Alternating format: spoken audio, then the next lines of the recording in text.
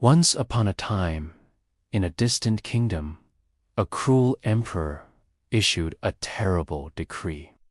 He declared that all elderly people were useless burdens and ordered them to be abandoned in the mountains to die. The entire kingdom was plunged into sorrow and despair, for who could bear to part with their beloved parents and grandparents? Among the kingdom's subjects was a young farmer named Isum. He was a kind and filial son who loved his mother more than anything in the world. The thought of abandoning her to a cruel fate was unbearable. He couldn't bring himself to obey the emperor's heartless command. So, under the cloak of darkness, he made a brave decision. He would save his mother, no matter the cost. Isamu gently lifted his frail mother onto his back and began the long, arduous journey into the dense, remote mountains. He planned to build a secret shelter for her, a place where she could live out her days in peace, hidden from the emperor's cruel eyes. The path was treacherous, filled with tangled roots and sharp rocks. As he walked, Isamu felt his heart heavy with a mix of fear and determination. He was so focused on finding a safe hiding place that he did unnotice what his mother was doing. As they moved deeper into the forest, she reached out and snapped small twigs from the trees they passed. One by one, she quietly dropped them onto the path behind them. Isamu, lost in his worries, didn't understand. "Mother," he asked, "what are you doing?" She looked at him with eyes full of love and said, "My dear son, the path into these mountains is confusing. I fear you might get lost on your way back. I am leaving this trail of branches so that you can find your way home safely." Isamu's heart ached. Here he was, carrying his mother to what he hoped was safety, and all she could think about was his well-being. Her selfless love, even in the face of death, brought tears to his eyes. He hugged her tightly, his resolve to protect her stronger than ever. Isamu found a small, hidden cave deep in the mountains. He made it as comfortable as he could, creating a soft bed of leaves and sealing the entrance to protect her from the elements. His secret was safe. Every few days, Isamu would make the dangerous journey back to the cave, bringing his mother food, water, and warm blankets. They would spend precious moments together, talking and sharing stories.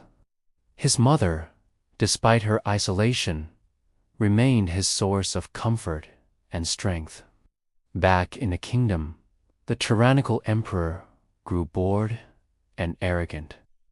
He decided to display his power by tormenting his neighboring ruler. He sent a messenger with an impossible demand.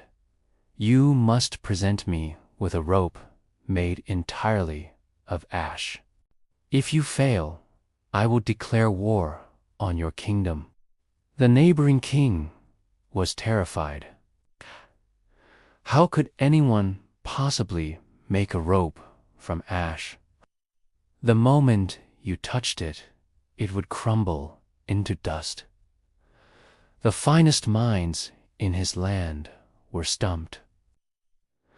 The challenge was so bizarre that word of it spread like wildfire, eventually reaching Isamu's village. When Isamu heard about the impossible task, he felt a strange sense of unease. During his next visit to his mother, he told her about the emperor's ridiculous demand. But instead, a thoughtful smile graced her lips. After a moment of silence, she said, "My son, it is not impossible. Go and find a long, sturdy piece of straw rope. Soak it thoroughly in salt water, and then let it dry completely. Once it's dry, lay it flat on a large stone tile. Wait for a perfectly still, windless night, and then set the rope on fire. When the fire dies down, you will have your rope of ash." Isamu was amazed by the simple brilliance of her solution. The salt would help the rope hold its shape as it burned, and the windless night would ensure the delicate ash wasn't disturbed. He hurried back to his village and followed his mother's instructions precisely. He wove a rope from straw, soaked it in brine, and let it dry. That night, under a sky full of stars and with not a whisper of wind, he carefully burned the rope. Just as his mother had predicted, when the flames subsided, a perfect coiled rope of silvery gray ash lay on the stone. It looked solid, yet he knew it was as fragile as a memory. With great care, Isamu transported the emperor's palace. When he presented it, the entire court gasped in astonishment. The emperor himself was speechless. He stared at the impossible object before him, a perfect rope made of nothing but ash. He couldn't believe his eyes. He leaned in, his voice a mixture of awe and suspicion. "How did you do this?" he demanded. "No ordinary person could possess such wisdom. Tell me who gave you this idea, or you will face my wrath." Isamu knew he could no longer hide his secret. His heart pounded in his chest, but he stood tall. Taking a deep breath, he confessed everything. He told the emperor about his love for his mother, his defiance of the decree, and the secret hideaway in the mountains. He explained that it was his elderly mother's wisdom, born from a long life of experience, that had solved the impossible riddle. As the emperor listened, his heart expression began to soften. He was not a fool. He understood the truth in Isamu's words. He was moved by the son's profound love and sacrifice, and deeply humbled by the mother's simple yet powerful wisdom that had saved not just one, but 2 kingdoms from war. He saw now that he had been terribly wrong. The elderly were not useless burdens.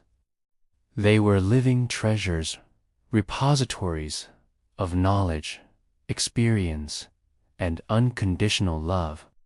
That very day, the emperor stood before his people and revoked his cruel decree. He announced that from that day forward, the elderly would be treated with the utmost respect and honor. He declared that their wisdom was a resource the kingdom could not afford to lose. The story of Isamu and his mother spread throughout the land, a powerful reminder that true strength lies not in youth or power, but in love, and that the wisdom of our elders is a light that can guide us through the darkest of times. The kingdom prospered, and never again were its most precious members cast aside. Thank you for watching. If this story touched your heart, please like, share, and subscribe to our channel for more tales that inspire and enlighten. We'd love to hear your thoughts in the comments below. See you next time.